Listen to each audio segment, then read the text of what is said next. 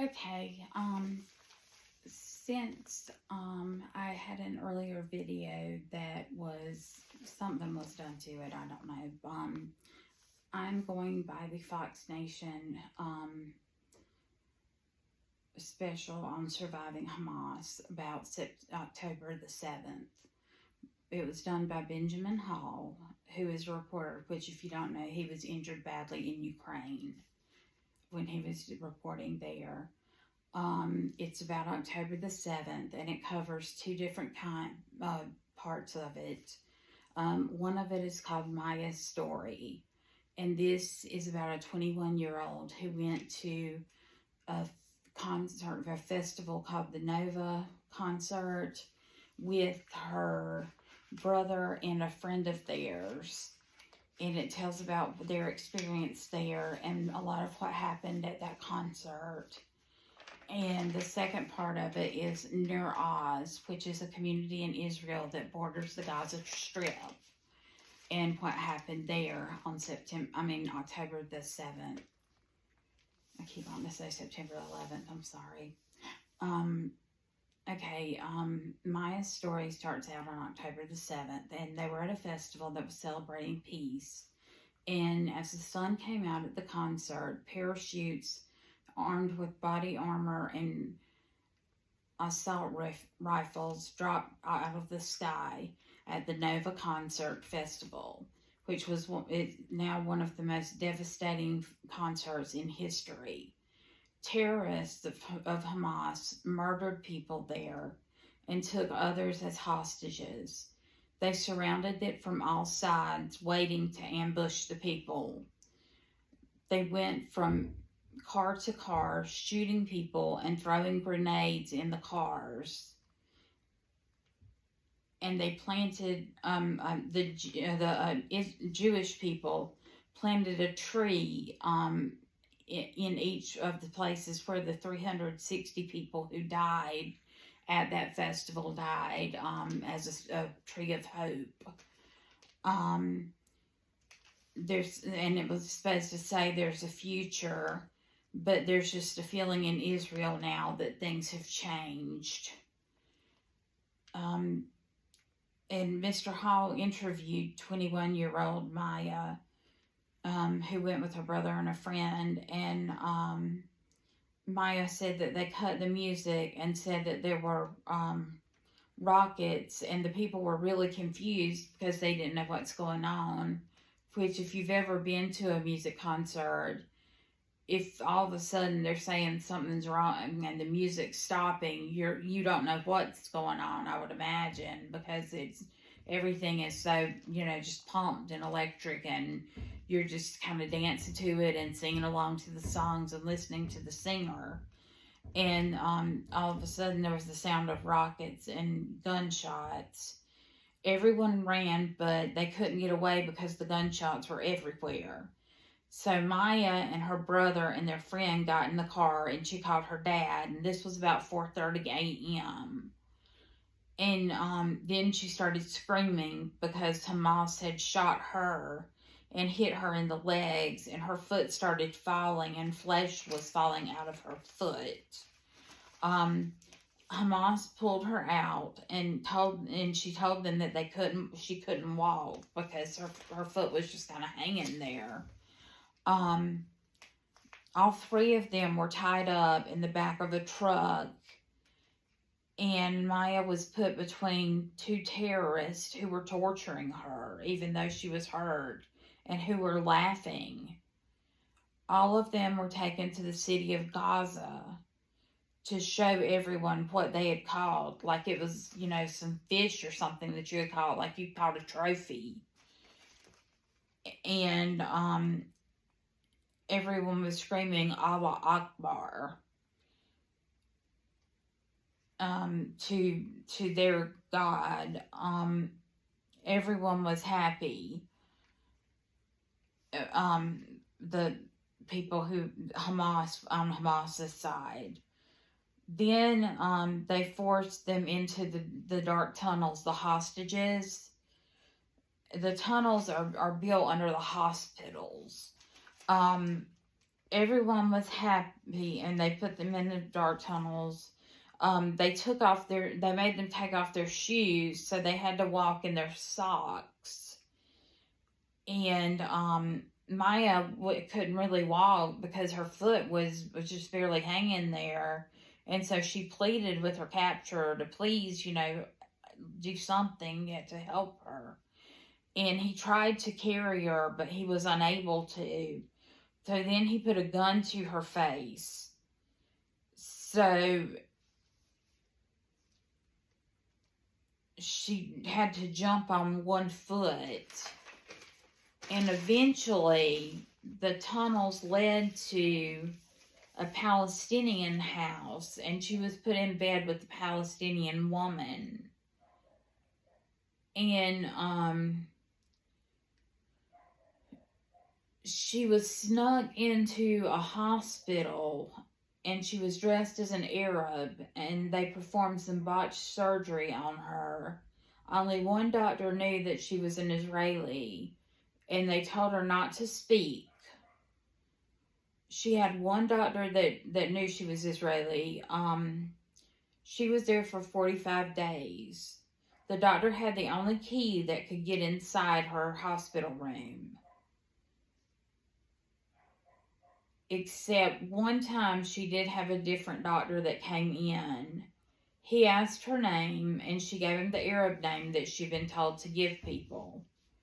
He called her Maya and deliberately hurt her.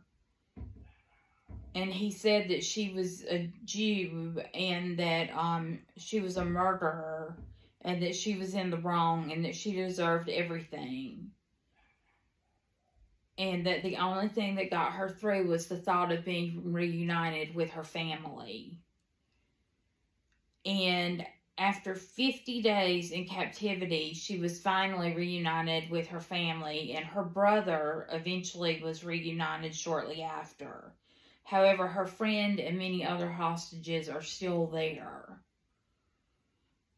Maya's father has stopped working to take care of her, so this has affected the whole family.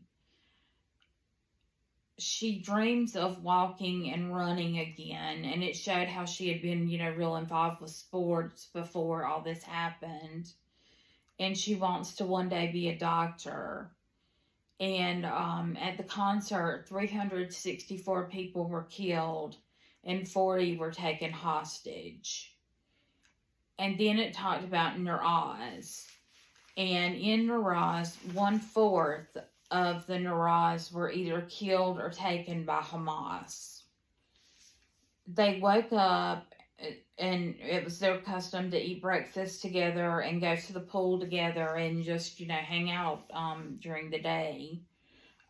Less than 2 miles away is a barbed wire fence where the Gaza Strip is. On October 7th, all of that changed.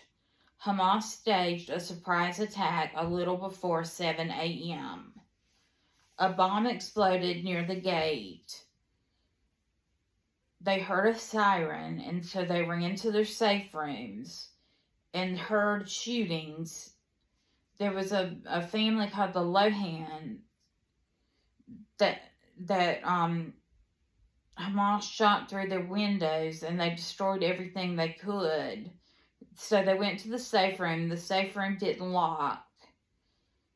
They made a makeshift lock by using a vacuum cleaner, taking it apart and somehow or another making it into a structure that would lock, so they could lock their safe room.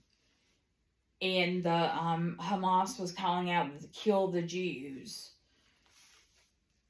And they were shooting into the house and came in and tried to get in through the vacuum lock. But luckily they didn't get in.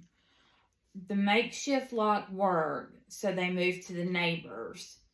And they had a group chat going. And this whole thing is playing out through the group chat. They're all talking to each other through the text, through the group chat. Someone said their house was burned, so they were choking and they needed help. But there was nothing that they could do. So they had their neighbors and their family members in other houses that were saying that they're choking, they can't breathe, they need help, and there's nothing that they can do to help them because they've got terrorists in their house too. It was a 10-hour siege, and they told the kids that the terrorists were in and that they needed to be quiet. They had to shove one family had to shove urine-soaked clothes against the door in the safe room door, and they took turns breathing out a cracked window because Hamas had caught their house on fire. And one of the little girls in there, this really broke my heart. She said that she was like, let's just go out and get shot. I don't want to burn.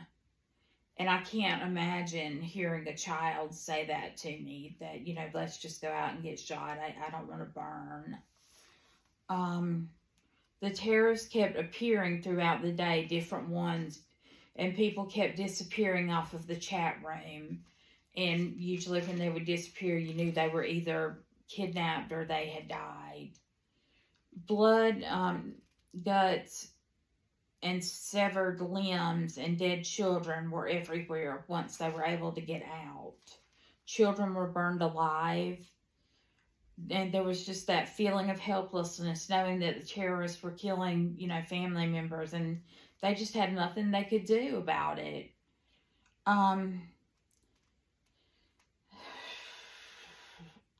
Family told about the terrorist.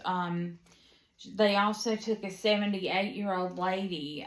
She couldn't walk, and they dragged her on the road, and then they put her on a motorbike, and then a car, and then when they got to the tunnels, she met her husband. She was released after 53 days. Her husband is still held captive. Their community has been totally demolished. They raped everyone that they could. And these are people that have grown up hating the Jewish people. And whereas we grew up watching Scooby-Doo and like Fred Flintstone, they grew up watching cartoons about Jewish people and hating them. I can't even imagine having that so ingrained in my head. They even kidnapped a baby. And they talked with a lady named Erich, who was a peace activist, and she supported the Palestinians, and she and other of the community members would drive sick Palestinians to Israeli hospitals. And now she just feels very disappointed and betrayed. She talked about how she would drink her coffee and she'd be thinking, well, they're on the other side of that fence and they're drinking their coffee and looking forward to their day too. But now, everything she thinks has just been turned around, and she doesn't, her whole belief system has been turned around. And they also said that the Hamas had maps on their vests showing where everything was in Israel. I'm sorry, in Neraz, in that particular community. The path forward is not clear, but they can't move on until the hostages are released, they said. At least 100 Neraz residents were killed or taken hostage by Hamas. And that's what happened on October the 7th. I would urge you to look at that special. I think you can get it Fox Nation free for 7 days as a trial period. I would urge you to get it free to look at that special and see what happened on October 7th, because it was coordinated and it was done by Hamas. And it's showing you Hamas's take through the whole thing. It's not showing you Benjamin Hall's tape. It's showing you Hamas's tape. And you go in the tunnels and everything with Hamas when you're watching it. But I would really urge you to look at that, and then look at what the students are doing on campus, talking about how Israel must die and how Israel are terrorists and everything, and just look at this special. Get Fox Nation, try the trial period, and then get out of it if you don't want it. What have you got to lose except look at another perspective of it? And I would urge you college students who are calling out death to Israel to look at this that Hamas is doing, and just urge you to open your minds. When I was in college, we weren't like this at all. We were urged to open our minds to other things, other than what we believed. And I want you to have that same experience. And obviously your professors are not doing it for you. Anyway, I just wanted to say that. Thank you.